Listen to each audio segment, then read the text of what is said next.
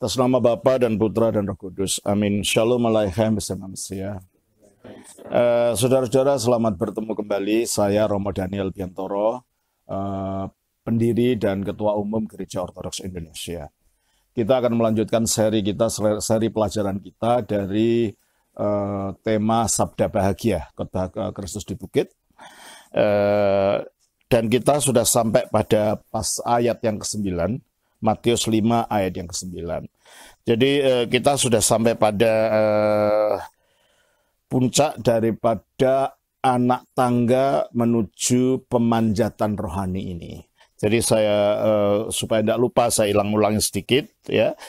Anak tangga pertama adalah miskin di hadapan Allah, yang bahasa aslinya adalah miskin dalam roh. Artinya kita merasa tidak mampu apa-apa di hadapan Allah, tidak memiliki apa-apa sehingga kita merasa hanya bergantung kepada Allah. Dan semua kekayaan-kekayaan yang kita miliki, intelektual kita, kesombongan kita, itu dibuang semua. Ya. Nah, karena merasa kita adanya kekayaan-kekayaan, ya kekayaan dalam arti negatif di sini ya. Begitu banyak berkerumunnya di dalam pikiran dan hati kita. Maka yang kedua ayat 4, bersukalah orang yang berduka cita. Duka cita ini dalam bahasa aslinya adalah penthos. Pentos itu kesedihan yang diakibatkan penyesalan. Jadi karena kita merasa tidak punya apa-apa di hadapan Allah, kita menyesal. Dan itu menuntun kepada pertobatan. Menuntun kepada penyesalan. Jadi yang kedua, setelah tidak merasa tidak ada apa-apa, kita menyesal pada Allah, kita bertobat. Kita membersihkan diri kita dari kekayaan-kekayaan negatif yang kita anggap ada di dalam diri kita. Lalu anak tangga selanjutnya adalah setelah berduka cita, berbahagialah orang yang lemah lembut. Ya. Kata lemah lembut ini jangan disamakan dengan lemah gemulai. Ini bukan lemah gemulai. Lemah lembut itu adalah hati yang rela untuk merendah karena penyesalan tadi untuk diubah oleh Allah. Hati yang tidak banyak memberontak, kita diberitahu ketika diproses oleh Allah. Ketika hati itu banyak memberontak, diproses oleh Allah, itu hati bukan lemah lembut, itu hati yang arogan. Hati yang tinggi yang tidak mau menyerah kepada Allah. Ini adalah anak tangga selanjutnya. Dan setelah kita mencapai kelemah lembutan itu, rela untuk diubah, maka dikatakan lapar dan haus akan kebenaran. Yang dimaksud kebenaran di sini adalah tindak kebenaran, tingkah laku yang benar, kehidupan yang benar, itu yang dimaksud. Jadi bukan kebenaran dalam artian ajaran yang benar, bukan itu. Tapi tingkah laku kebenaran. Nah, karena dia lemah lembut, hatinya mau diubah. Maka dia, orang yang demikian itu, betul-betul ingin makin memperbaiki dirinya. Ada rasa haus dan lapar untuk kebenaran ini. Untuk bertindak yang makin benar. Jadi ada rasa haus dan keinginan yang sungguh-sungguh dari dalam. Nah, dan kalau dia melemah ada keinginan itu, nanti oleh kuasa Roh Kudus Allah akan membantu dia mencapai kepuasan. Artinya dia mencapai titik itu. Titik untuk kita dapat mencapai yang diinginkan oleh Allah. Yang dimulai dengan rendah hati ya. Dimulai dengan kerendahan hati. Maka ia akan dipuaskan. Artinya dia akan mencapai apa yang diinginkan. Terus, nah kalau dia sudah mencapai tindak kebenaran. Ya, ayat yang ke-7. Berbahagialah orang yang murah hatinya. Karena dia benar. Maka dalam dirinya tidak ada keinginan-keinginan dosa, keserakahan, egoisme, dan macam-macam. Tidak ada. Sehingga muncul di dalam hati orang ini hati yang penuh dengan kemurahan pada orang lain. Dan kemurahan ini artinya berasal dari kata walas asih. Nah inilah akan muncul rasa yang akhirnya tidak mementingkan diri sendiri. Walas asih muncul dalam hati orang itu, dan puncaknya adalah kasih. Mengapa? Kalau tidak ada kasih, nggak ada walas asih. Kalau tidak ada kasih, ya nggak ada kemurahan. Dan ketika orang itu sudah dirinya itu kasih, hanya mengasihi Allah. Dan kasih itu gimana? Definisi yang ekstrim dari kasih itu adalah kata-kata jana suci Ishak dari Syria, dari Niniwe mengatakan. Hati yang mengasihi adalah hati yang menangisi. Bahkan iblis pun kalau boleh keluar dari neraka. Hati yang menginginkan, bahkan iblis pun keluar dari neraka, tahu bahwa itu tidak mungkin. Dan menangisi nasibnya iblis. Jadi dia melihat yang jahat sekalipun dengan penuh welas asih. Jadi ini kasih di sini bukan untuk kepentingan diri ya. Kamu dikasih supaya mengasihi aku, bukan itu. Rela untuk memberikan apa tanpa mengharapkan apapun. Hanya dalam kasih ini akhirnya muncul welas asih, akhirnya muncul kemurahan hati ini.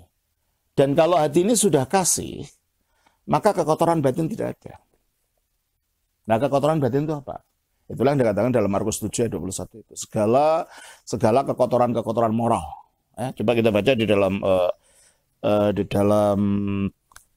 Markus 7 ayat 21. Saya hanya mengulang aja, mengulang dari apa yang sudah kita pelajari selama ini, ya. Dari anak tangga untuk mencapai pada tingkatan rohani ini. Kita baca dalam Markus pasal 7 ayat 21. Dikatakan dalam ayat itu begini. Sebab dari dalam dari hati orang timbul segala pikiran jahat, percabulan, pencurian, pembunuhan. Teruskan ayat 23. Keserakahan, kejahatan, kelicikan, hawa nafsu, iri hati, hujat, kesombongan, kebebalan. Terus? Semua hal-hal jahat ini timbul dari dalam dan menajiskan. Itulah kenajisan batin. Nah, kasih tidak akan muncul di dalam hati yang masih kotor. Berarti kalau gitu pembersihan ini adalah pembersihan batin dari isi-isi yang demikian ini. Karena dikatakan di sini, sebab dari hati orang timbul segala pikiran jahat, percabulan, pencurian, pembunuhan, perzinahan, keserakahan, kejahatan, kelicikan, hawa nafsu, iri hati, hujat, kesombongan, kebebalan. Semua hal-hal jahat ini timbul dari dalam dan menajiskan orang. Jadi penyucian itu adalah disingkirkannya kenajisan. Apa yang menajiskan itu disingkirkan, baru itu muncul kesucian. Ya memang pada akhirnya kesucian itu dari Roh Kudus. Tetapi dari pihak kita harus ada usaha untuk rela disucikan. Pada akhirnya sumber kesucian adalah Roh Kudus itu sendiri. Coba kita baca dalam 1 Petrus pasal 1 ayat 2. Tolong bacakan. 1 Petrus pasal 1 ayat 2. Ya, tolong bacakan. Yaitu orang-orang yang dipilih sesuai dengan rencana Allah, Bapa kita, dan yang dikuduskan oleh Roh. Ya, dan yang dikuduskan oleh Roh. Jadi sumber pengudusan itu bukan orang bermoral belum tentu orang kudus. Pengudusan tidak sama dengan moralitas, tapi terkait dengan moralitas. Pengudusan adalah mengalirnya sifat-sifat Allah di dalam kita karena kasih karunia. Mengalirnya sifat-sifat Allah di dalam kita karena anugerah. Dan akhirnya membentuk kita, mengubah dari dalam, bukan pura-pura. Bukan hanya sekedar santun. Yang kita butuhkan bukan menjadi santun saja. Yang kita butuhkan bukan tingkah laku baik saja, ngomong yang baik, bukan. Perubahan dari dalam secara fundamental. Diubah oleh kuasa Roh Kudus. Tetapi dari pihak kita harus ada usaha, harus ada namanya lapar dan haus tadi. Kalau kita tidak peduli, ya nggak ada lapar dan haus. Kalau kita sembrono, ya nggak ada lapar dan haus. Maka tujuan kita hidup ini, mengapa kita berdoa, mengapa kita partisipasi dalam sakramen, mengapa kita belajar firman, mengapa semuanya ini adalah untuk menuntun kita membersihkan kekotoran-kekotoran batin itu. Kemelekatan kita kepada hal-hal yang bendawi. Sebab kemelekatan pada benda yang bendawi ini memunculkan kekotoran batin. Dan kekotoran batin itu yang menutupi hati, sehingga bukan saja tidak dapat mengasihi manusia sama kita, tetapi terlebih lagi menutup hati kita untuk tidak bisa melihat Allah. Dan itulah sebabnya akhirnya di dalam Matius 5 itu setelah murah hati, Muncullah kata-kata, berbahagialah orang yang suci hatinya. Karena ketika hati sudah murah, bersih dari kekotoran-kekotoran tadi, yang muncul hanya kemurahan pada orang. Yang muncul hanya cinta kasih, bahkan cinta kasih yang dikatakan Kristus. Kalau musuhmu, berdoalah untuk musuhmu. Ya, kalau orang Buddha mengatakan metakaruna ya. Cinta kasih tanpa batas. Bukan hanya mengasihi orang-orang milik kita saja, orang-orang yang senang pada kita. Bahkan orang yang membenci kita, kita kasih. Dan inilah cinta kasih ilahi. Cinta kasih yang tidak mengenal siapapun. Dan ini hanya mungkin ketika hati sudah dibersihkan. Ketika batin sudah dibersihkan. Ketika batin kita masih kotor dengan segala macam intrik dari diri kita sendiri, hawa nafsu dengan kita sendiri, keinginan-keinginan yang macam-macam yang tidak realistis, atau keinginan-keinginan yang akhirnya bahkan merusak orang lain, atau menghancurkan hidup orang lain, hati kita masih kotor ketika itu. Dan kalau hati ini kotor, maka tidak ada kasih. Dan kalau tidak ada kasih, maka ada penutup di dalam hati. Dan ketika ada penutup dalam hati, mata kita buta. Dan kita tidak bisa melihat Allah. Oleh karena itu, untuk dapat mencapai melihat Allah, maka hati ini bersih. Dan itulah sebabnya dalam ayat yang ke-8 itu, berbahagialah orang yang suci hatinya, karena mereka akan melihat Allah. Seberapa perlunya sih melihat Allah ini? Yaitulah tujuan keselamatan. Kalau kita tidak melihat Allah, kita tidak akan selamat. Coba kita baca dalam Yohanes 17 ayat 24. 17 ayat 24.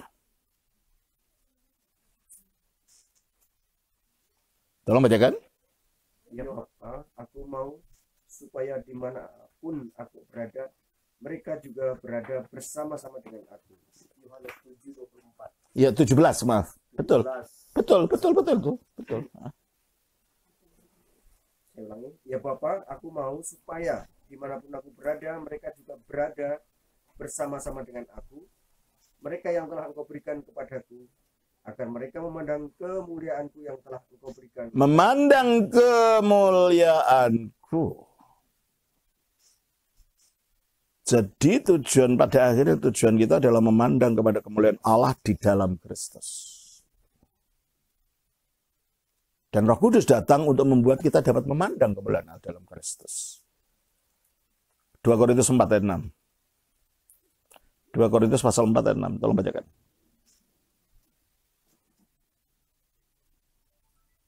Sebab Allah yang telah berfirman, dari dalam gelap akan terbit terang. Itulah Kejadian 1 ayat 3 ya. Dari dalam gelap terbitlah terang. Itu Allah berfirman di sana. Terus? Ia juga membuat terangnya bercahaya di dalam. Terang apa ini? Itulah energi ilahi yang bersinar dalam kita. Dialah yang membuat terangnya bercahaya dalam kita. Supaya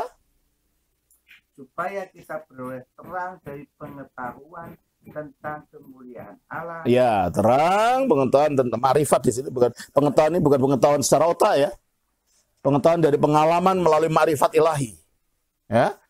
Pengetahuan akan Allah, terus tentang kemuliaan Allah yang nampak pada wajah Kristus. Dan itulah harus menjadi kerinduan kita.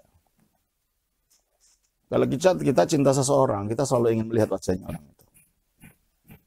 Akan nampak di mata kita terus ya. Kalau kita cinta Yesus, harus ada kerinduan untuk selalu rindu untuk melihat wajahnya. Karena untuk itulah nanti kita disatukan supaya melihat kemuliaannya. Sebab kalau kita melihat kemuliaannya, Kristus, kita akan diubah menjadi mulia sama seperti Dia. Dan itulah keselamatan. Coba kita baca dalam 1 Yohanes 3 ayat 2. 1 Yohanes pasal 3 ayat yang kedua. Saudara-saudaraku yang kekasih, sekarang kita adalah anak-anak Allah. Ya, secara posisi kita anak-anak Allah karena kita diadopsi melalui penebusan Kristus. Tetapi belum nyata apa keadaan kita. Ya, kalau anaknya kucing rupanya seperti kucing, anaknya anjing seperti anjing, anaknya manusia seperti manusia, maka anak Allah harus seperti Allah. Lah, menjadi seperti Allah itu gimana? Belum nyata apa keadaan kelak itu, belum tahu kita. Maka dikatakan, tetapi belum nyata apa keadaan kelak kita.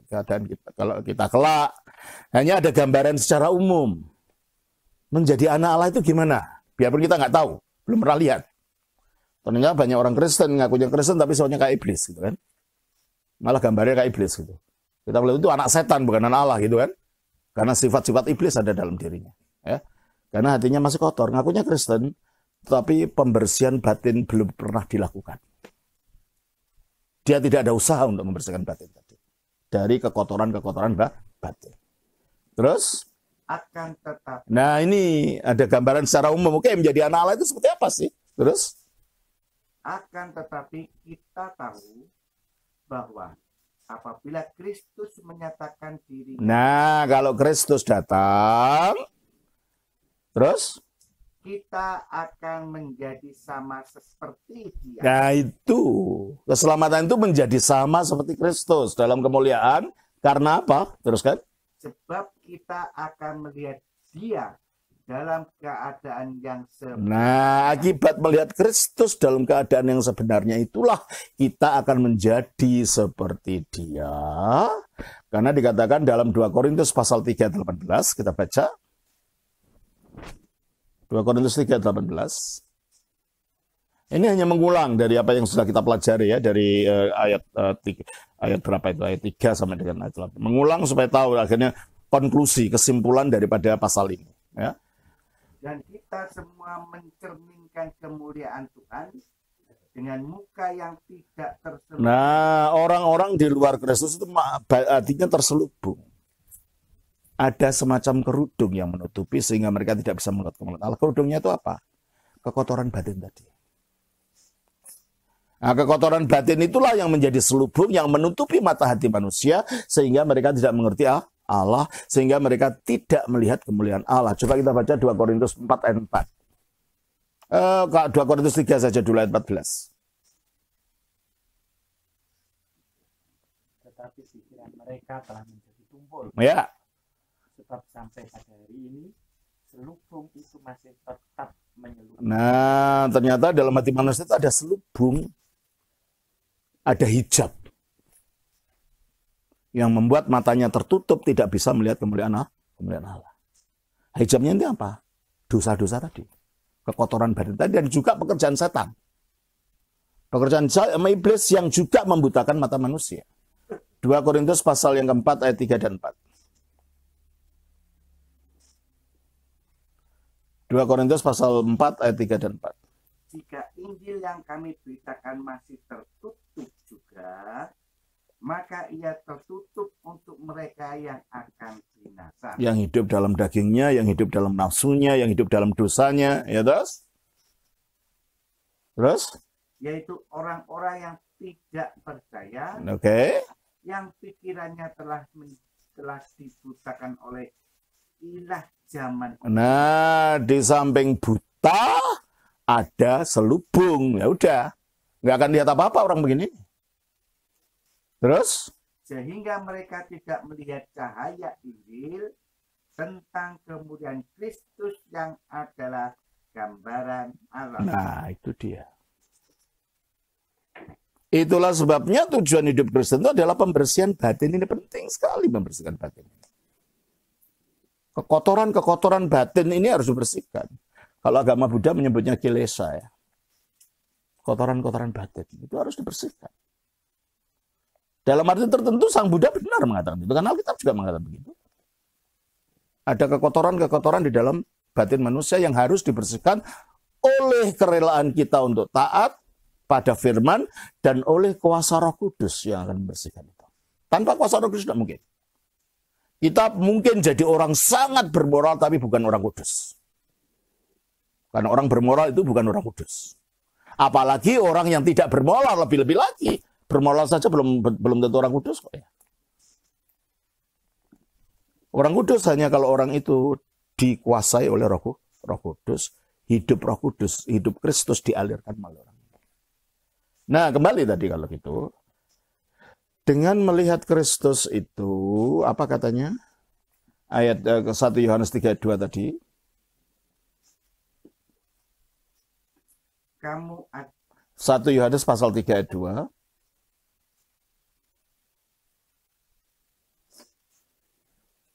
Saudara-saudaraku yang kasih, sekarang kita adalah anak-anak Allah. Tetapi belum nyata apa keadaan kita kelak. Nah, Akan tetapi kita tahu bahwa apabila Kristus menyatakan dirinya, kita akan menjadi sama seperti itu Dia. dia, itu yang harus kita cari.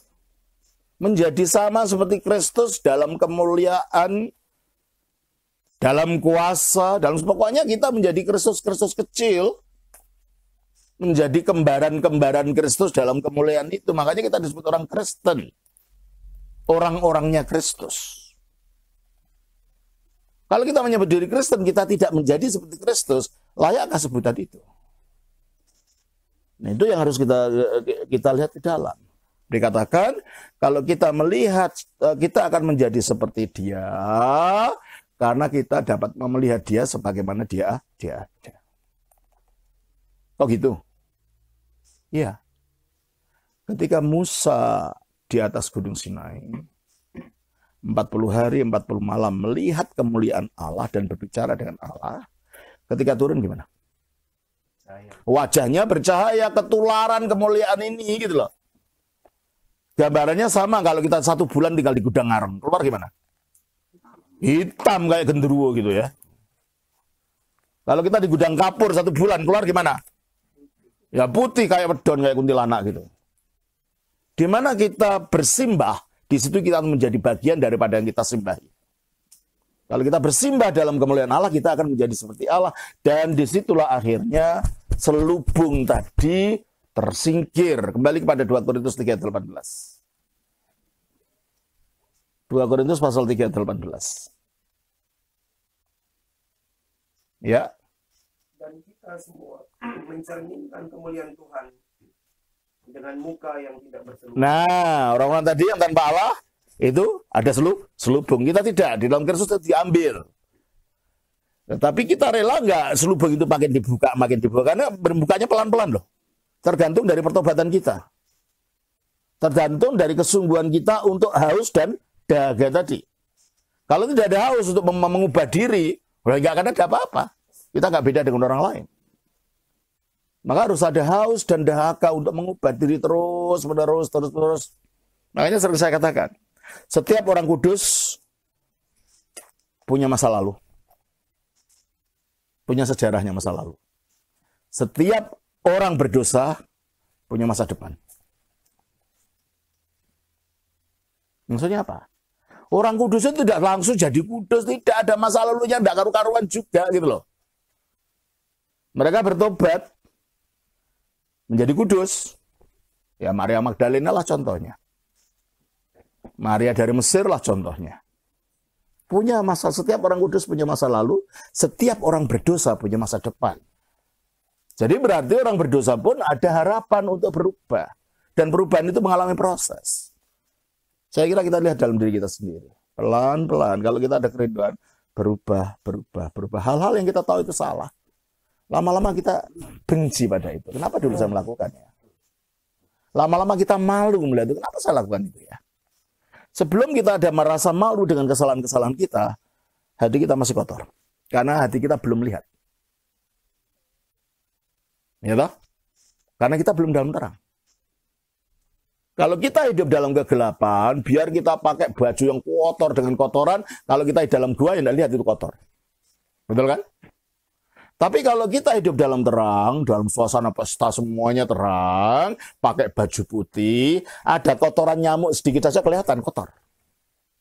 Makanya setiap orang kudus, di dalam kitab Yesaya, ya, kan, waktu ketemu Allah, celaka aku orang berdosa ini. Dia seorang nabi loh.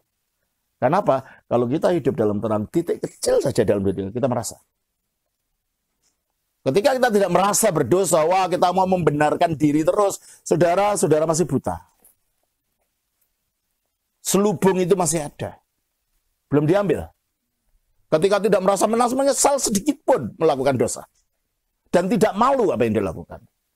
Berarti kita masih dosa dan masih ada selubung itu. Dan hati kita masih tumpul. Karena tidak ada kepekaan. Maka kembali kepada 2 Korintus 3:18 tadi. Tolong bacakan. Dan kita semua mencerminkan kemuliaan Tuhan dengan muka yang tidak berselubung. Nah, artinya kita melihat itu. Mukanya tidak ada selubungnya lagi, melihat itu kemuliaan itu. Terus? Dan karena kemuliaan itu datangnya dari Tuhan yang adalah roh. Nah, karena kemuliaan itu datangnya dari roh tadi, Roh Kudus, maka kita diubah menjadi serupa dengan gambarnya. Kita diubah serupa dengan gambarnya, itulah tujuan kita. Sebab kita diciptakan menurut gambar dan rupa Allah. Maka ini rusak karena dosa. Ini diubah kembali, kita berjumpa dengan Kristus. Kita akan diubah serupa dengan gambarnya, terus dalam kemuliaan yang semakin besar. Dalam terjemahan dalam bahasa Yunani, dari kemuliaan kepada kemuliaan. Jadi ada proses. Nah, sekarang mau nggak kita diproses? Hanya orang yang lemah lembut yang mau diproses. Nah, kalau kita pernah kan bikin prakarya waktu kita SD dulu. Membuat dari asbak-asbakan atau patung-patungan dari tanah liat, ya kan? Kalau tanah liatnya keras, bisa nggak dibentuk? Enggak. Demikianlah ketika hati itu keras, nggak bisa dibentuk. Maunya membenar-benarkan diri. Oh, ini nggak mau mengaku salah. Itu hati sombong. Hati arogan. Maunya membenarkan diri, menyalahkan orang lain. Ini bukan salah aku, itu salah orang itu. Itu bukan salah aku, itu salahnya sana. Nah, hati yang demikian itu bukan hati yang lemah lembut. Hati keras, kaku seperti batu. Padahal syaratnya adalah berbahagialah orang yang lemah lembut. Nah, kalau hati keras dan membatu, ya tidak ada kerinduan. Ya, karena dia tidak sadar bahwa dia melakukan dosa. Dan akhirnya tidak ada kerinduan. Tidak ada lapar dan daus untuk mengubah dirinya. Dan kalau tidak ada lapar dan daus mengubah dirinya, ya akhirnya tidak ada perubahan. Dan akhirnya tidak punya kasih tadi. Tidak punya kemurahan tadi, tidak punya belas kasihan. Ini terkait ya. Jadi khotbah di bukit ini adalah program hidup rohani gitu loh. Yang banyak dilewati gitu saja. Kayak nggak ada artinya gitu. Padahal itu program hidup rohani. Tingkatan-tingkatan yang harus kita capai di dalam kita mencapai kedalaman rohani itu. Ya pada akhirnya kita sendiri kok. Ya. Untung atau rugi kita sendiri, kita mau menjalankan tidak. Nah, kita mau mekengkeng istilahnya apa? Bertahan di dalam dosa kita dan bukannya bertobat. Berarti kita tidak punya miskin dalam roh kalau itu. Malah kita membenarkan diri untuk menutupi kesalahan kita menyalahkan orang. Nah, ini bahaya ini. Berarti orang tidak mau diubah. Makanya saya katakan tadi, orang kudus punya masa lalu. Orang berdosa punya masa depan. Berarti ada harapan. Harapan untuk kita mau berubah. Harapan untuk mau diubah. Nah, kalau sudah diubah itu, akhirnya kita mencapai titik di mana hati kita bersih dari kekotoran-kekotoran batin itu. Dan itulah mulai berbahagialah orang yang suci hatinya. Karena dia akan melihat Allah. Sebab kalau orang tidak suci hatinya tidak akan melihat Allah. Kita baca Ibrani pasal 12 ayat 14. Ibrani 12 ayat 14.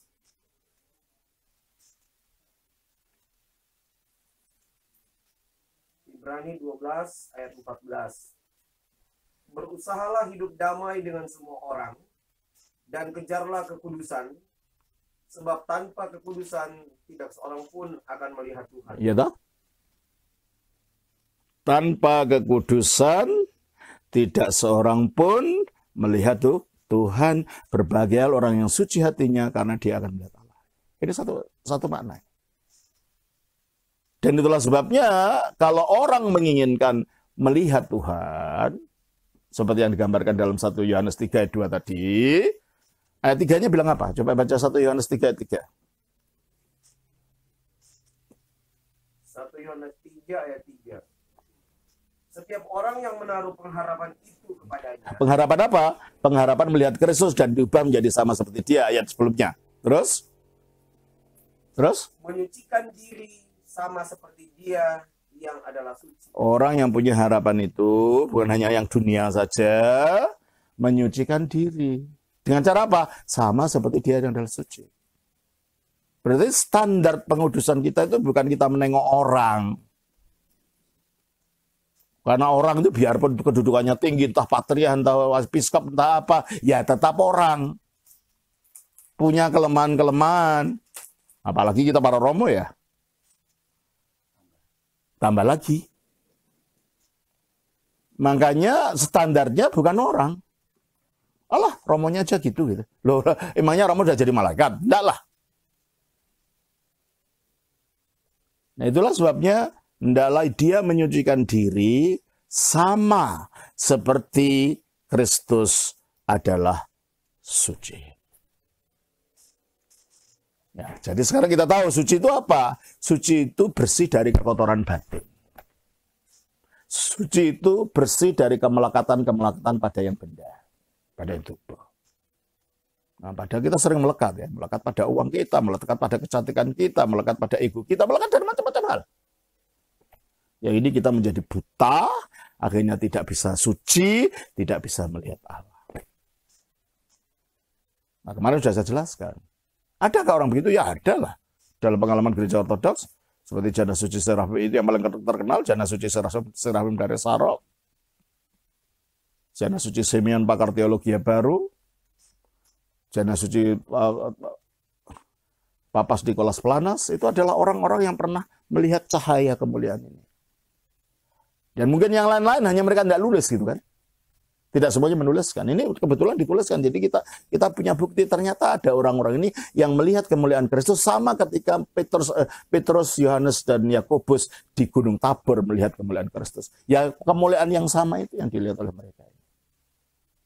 Dan barulah kalau kita bisa melihat kemuliaan ini, kita diubah dari kemuliaan menuju kemuliaan. Nah, orang ini kalau sudah mencapai ini, hatinya bersih, maka di dalam dirinya tidak ada kebencian, di dalam dirinya tidak ada egoisme, dalam dirinya tidak ada kekerasan hati, dalam dirinya tidak ada iri, dalam dirinya tidak ada dendam, dalam dirinya tidak ada hal-hal itu, sehingga orang yang demikian itu menjadi orang yang membawa damai. Karena tidak ada emosi, tidak ada macam-macam hawa nafsu yang menguasai dirinya. Makanya dalam Matius pasal 5 ini dikatakan ayat 9, berbahagialah orang yang membawa damai. Kalau saya baca dalam aslinya begini gini. Ya. Di dalam Matius pasal 5 itu, kita baca. Matius 5 ayatnya yang ke-9.